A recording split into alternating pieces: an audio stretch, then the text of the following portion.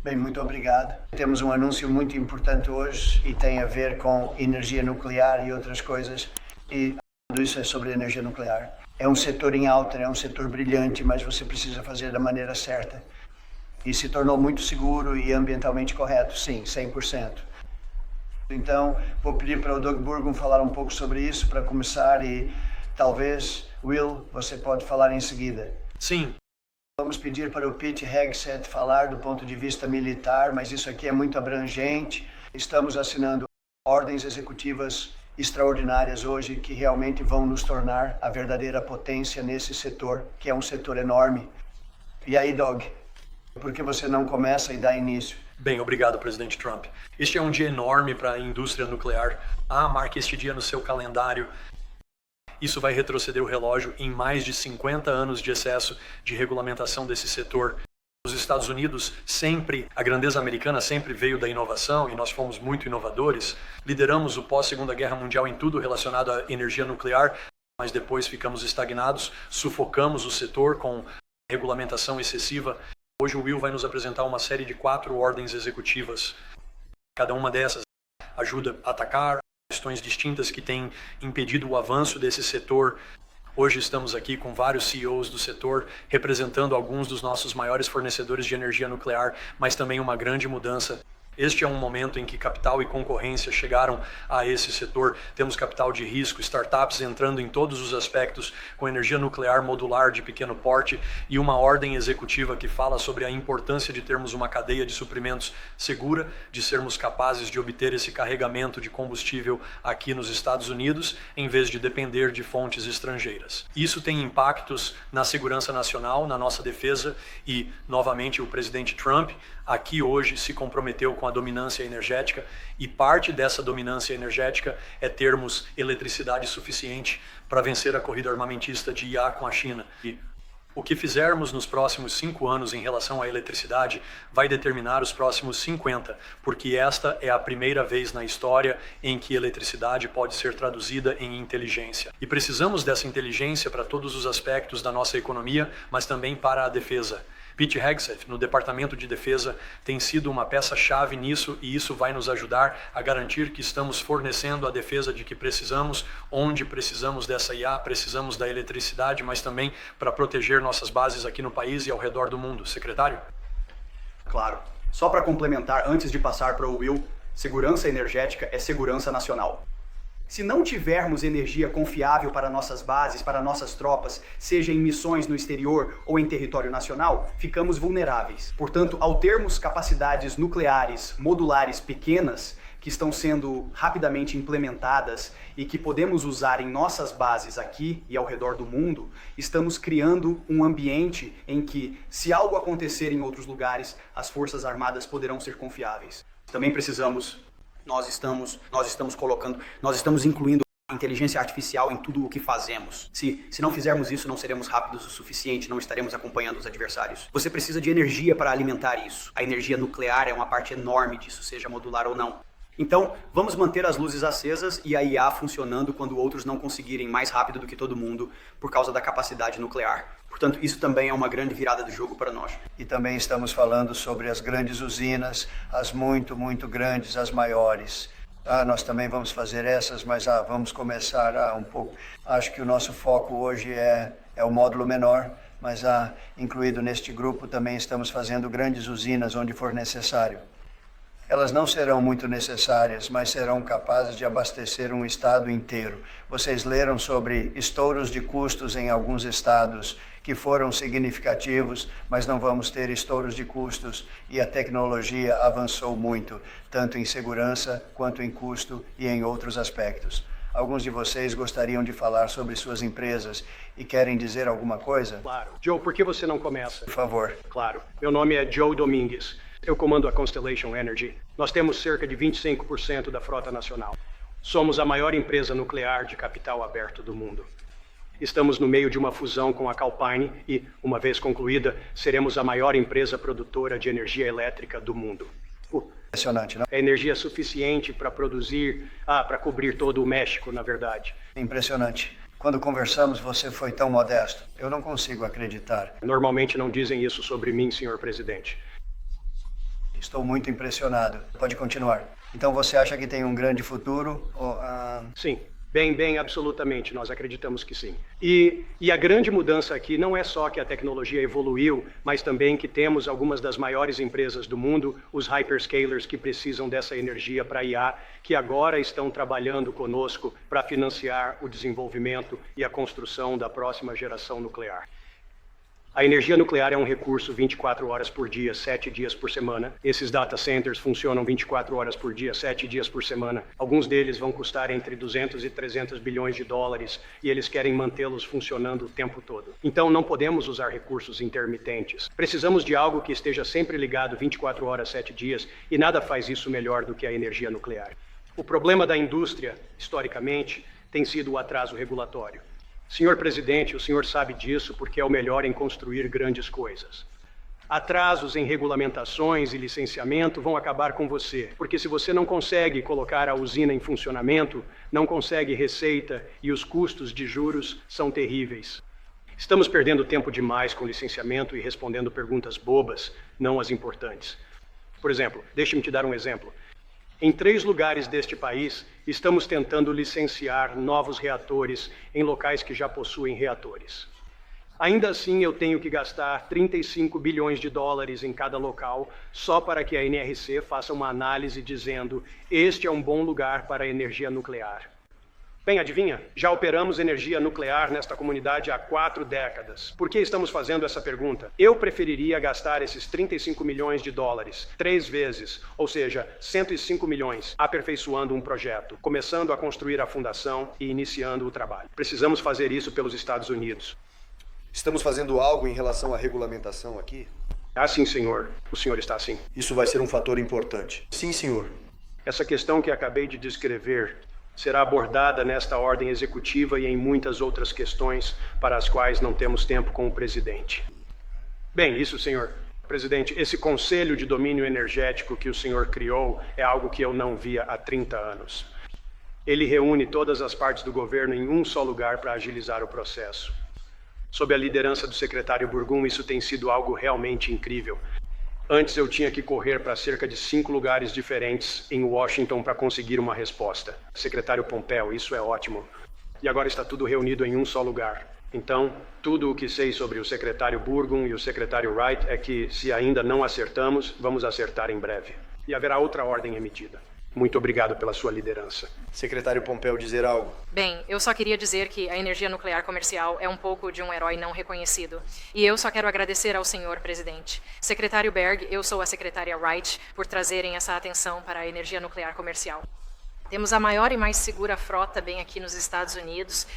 E a partir disso temos uma inovação fantástica sendo apresentada. E ela virá de todas as formas e tamanhos. E isso vai, na verdade, vir através de algumas dessas empresas que você vê representadas aqui. Vamos ter ótimos empregos, vamos ter uma energia maravilhosa e estaremos prontos. Obrigado, presidente, por apoiar essa causa. Agradeço. Ótimo trabalho. Você também fez um excelente trabalho. Fale sobre sua empresa e o trabalho que vai realizar. Sim, obrigado. Bem, antes de tudo, uma pequena conexão nuclear com o MT que vem de longa data. Sim, trabalhamos em pequenos reatores. Sou Jake DeWitt, CEO e cofundador da Oak Globe, desenvolvendo reatores de próxima geração com tecnologia que a América inventou, desenvolveu e pioneirou. E estamos trazendo isso para o mercado depois de ter ficado nas prateleiras da história por cerca de 40 anos. E é por causa das ações que o senhor está tomando hoje que isso vai ser possível. Mudar a dinâmica de licenciamento vai ajudar as coisas a avançarem mais rápido. Estamos vendo investimentos privados fluírem para esse setor como nunca vimos antes. Abrimos capital há cerca de 1 ano. Na verdade, foi um dos processos de abertura de capital mais bem-sucedidos para uma empresa nuclear de pequeno porte, porque o mercado precisa disso e quer isso. E sob sua liderança, criando o conselho de dominância, quero dizer, é difícil exagerar o valor disso. E a energia nuclear é uma manifestação da dominância energética. Na verdade, uma bola de golfe de metal de urânio, que isso aqui não é, mas é uma bola de golfe, tem energia suficiente para abastecer toda a sua vida. Quero dizer, não tem como ser melhor que isso. E voltando à questão da construção, a energia nuclear usa a menor quantidade de materiais, certo? A menor quantidade de concreto, de aço, de combustível por quantidade de energia que ela produz.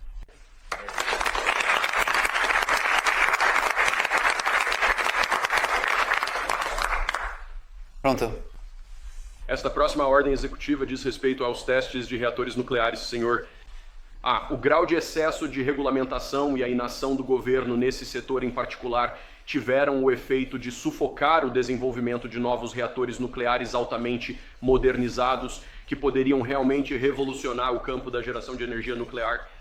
Então, esta ordem executiva determina um processo regulatório revisado para acelerar todo esse processo, preservando, obviamente, as principais preocupações com a segurança. Ela também cria um novo programa piloto, com a expectativa de que teremos 3 novos reatores experimentais em funcionamento até 4 de julho do ano que vem. Incrível.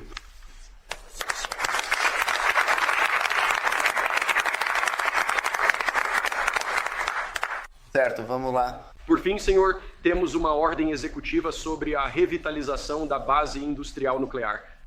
Há várias questões centrais aqui, incluindo a questão do estoque de combustível, que um dos palestrantes mencionou anteriormente.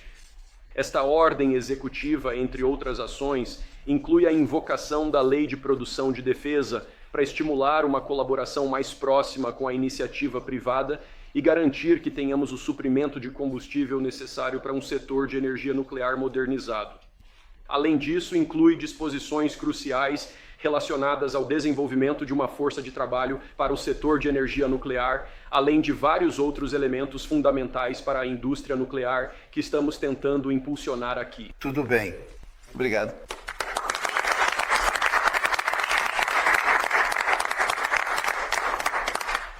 Temos mais uma para o senhor aqui. Isso não se relaciona diretamente à energia nuclear, mas é um assunto semelhante. Essa ordem executiva se chama Restaurando a Ciência de Padrão Ouro. Um dos problemas que tivemos nas últimas décadas é que políticas governamentais foram baseadas em ciência de baixa qualidade, estudos e descobertas científicas que incluíram conflitos de interesse ou má conduta científica. O objetivo desta ordem executiva é recentrar a formulação de políticas em torno da ciência de padrão ouro, ou seja, esforços científicos que seguem métodos científicos apropriados e que não incluem esse tipo de conflito de interesse, além de garantir que quando departamentos e agências estiverem baseando-se em estudos científicos para promulgar regras e regulamentos, a ciência em que estão se baseando seja altamente confiável e disponível ao público. Ele fez um ótimo trabalho, não fez? Ele fez. Quantas pessoas aqui conseguiriam fazer isso? Eu não sei. Acho que muitas. Tudo bem. Bom trabalho, Will. Obrigado, senhor presidente.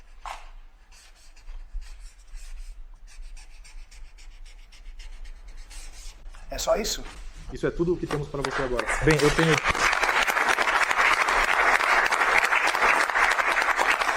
algumas perguntas. Não, só a pessoa ali está ajudando eles a perceber. Sim, nós somos. Ficou muito seguro. Na verdade, ficou muito seguro. E um trabalho tremendo foi feito nisso, mais do que em qualquer outra coisa. E são realmente os desligamentos automáticos. Há tantas coisas diferentes que eles têm agora que nunca teriam tido antes. Sabe, meu tio era uma grande pessoa nuclear anos atrás. E isso era diferente. Se você tivesse feito essa pergunta, provavelmente a resposta teria sido bem diferente. Mas agora eles têm um poder de desligamento tremendo e outros recursos.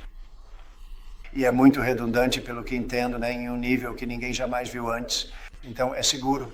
E nós vamos fazer muitos dos pequenos e também vamos fazer alguns dos grandes. Mas sim, muito seguro. Seguro e limpo. Digamos assim.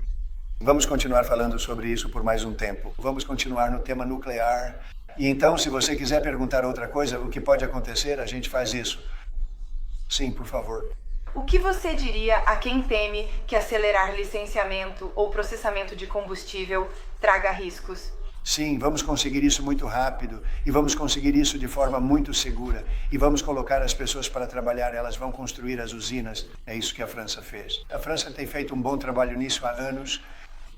E eles, pelo que entendi, basicamente tinham uma usina e se precisassem de mais, faziam 3, 4 ou 5 delas. Não sei se precisamos ir tão longe, mas sabe, há algo em construir uma grande usina. Mas nós também vamos construir as grandes. Nós vamos ter, eu acho. Acho que eu diria que seremos imbatíveis, porque estamos começando muito fortes. Mas chegou a hora. É hora da energia nuclear. E vamos fazer isso em grande escala. Sim, por favor. E quanto à União Europeia? Você disse que as negociações não estão indo a lugar nenhum. Em quais pontos elas estão avançando? Tenho dito a todos que eles nos trataram muito mal ao longo dos anos. Ela foi formada para prejudicar os Estados Unidos, para tirar vantagem dos Estados Unidos. E eles conseguiram fazer isso. Temos um grande déficit com eles. Eles vendem milhões e milhões de carros, como você sabe, Mercedes, BMW, Volkswagen e muitos outros. E nós fomos essencialmente impedidos de vender carros para a União Europeia, o que não é legal. E eu simplesmente disse que está na hora de jogarmos o jogo do jeito que eu sei jogar. Sabe, eles tiraram vantagem de outras pessoas que representaram este país e isso não vai mais acontecer. Sim. Senhor. Presidente, o senhor é um fazedor de acordos, um rompedor de acordos. O que o senhor espera alcançar com 50%? Bem, eu acho que não há tarifa, porque o que eles vão fazer é enviar suas empresas para os Estados Unidos e construir a fábrica deles. Você sabe, nós temos acho que mais de 12 trilhões de dólares praticamente comprometidos. Se você olhar para outros presidentes, eles não tiveram 1 trilhão de dólares em 1 ano, em 2 anos, em 3 anos. Nós temos números. Ninguém jamais viu números como os que temos. E se eles construírem a fábrica aqui, então não terão tarifa nenhuma. Acordo em 9 dias. Para um acordo em 9 dias, você vai estar conseguindo fazer isso? Eu não estou buscando um acordo. Quero dizer, nós já estabelecemos o acordo. Está em 50%. Mas, novamente, não há tarifa se eles construírem a fábrica aqui. Agora, se alguém vier e quiser construir uma fábrica aqui, eu posso conversar com eles sobre um pequeno adiamento. Mas, enquanto eles estiverem construindo a fábrica, o que eu acho que seria apropriado, talvez, nós vamos decidir isso. Senhor, há algo que a UE possa fazer? Eu não sei. Vamos ver o que acontece. Mas, neste momento, está previsto para o dia 1º de junho. E é assim que vai ser. Não, eles não nos trataram corretamente. Eles não trataram nosso país corretamente. Eles se uniram para tirar vantagem de nós. E as pessoas atrás de mim sabem disso, porque passaram por isso em suas indústrias. Mas, em geral, você sabe, nós assinamos um ótimo acordo com o Reino Unido. Temos vários outros acordos prontos para serem assinados. Nós assinamos um acordo com a China. Temos acordos realmente incríveis, mas a União Europeia, quero dizer, o único propósito era realmente não nos prejudicar, mas tirar vantagem de nós. E não vamos ser enganados. Sobre a Apple, você disse esta manhã que se eles não fabricarem seus iPhones no ZEUA, você vai atingi-los com 25%, a tarifa de 25%. Você tem esse poder? Como funcionaria uma tarifa para essa única empresa?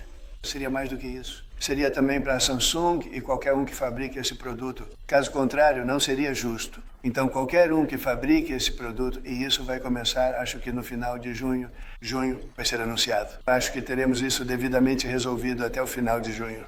Então, se eles fabricarem esse produto, agora, novamente, quando eles construírem a fábrica aqui, não haverá tarifa. Então, eles vão construir fábricas aqui. Mas eu tinha um entendimento com o Tim de que ele não faria isso. Ele disse que vai para a Índia construir fábricas. Eu disse, tudo bem ir para a Índia, mas você não vai vender aqui sem tarifas. E é assim que as coisas são. Sim. O que faz você conf? Para que a Apple possa construir nos Estados Unidos a um preço para o consumo? Construir no ZEUA? Podem. Não podem. Hoje quase tudo é computadorizado. Essas plantas são incríveis se você olhar para elas, mas elas podem fazer isso. E, na verdade, como você sabe, a Apple está vindo com 500 bilhões de dólares. O mesmo vale para as empresas de chips. Temos todas as empresas de chips vindo para cá. As maiores, 500 bilhões, 200 bilhões, 250 bilhões é o que eles estão investindo. Mas estamos falando do iPhone agora e você sabe, o iPhone, se eles vão vendê-lo na América, eu quero que ele seja fabricado nos Estados Unidos. Mas, Alex? Eles conseguem fazer isso. Quando você diz que o Walmart deve arcar com o custo das tarifas, isso reconhece que são as empresas americanas que suportam o peso das tarifas e não os países estrangeiros. Às vezes o país arca com isso. Às vezes o Walmart arca com isso e às vezes haverá algo a ser pago, né, algum valor extra. Eu sempre fui fã e sempre acreditei que, se você olhar, dê uma olhada no que eu fiz há 4 anos.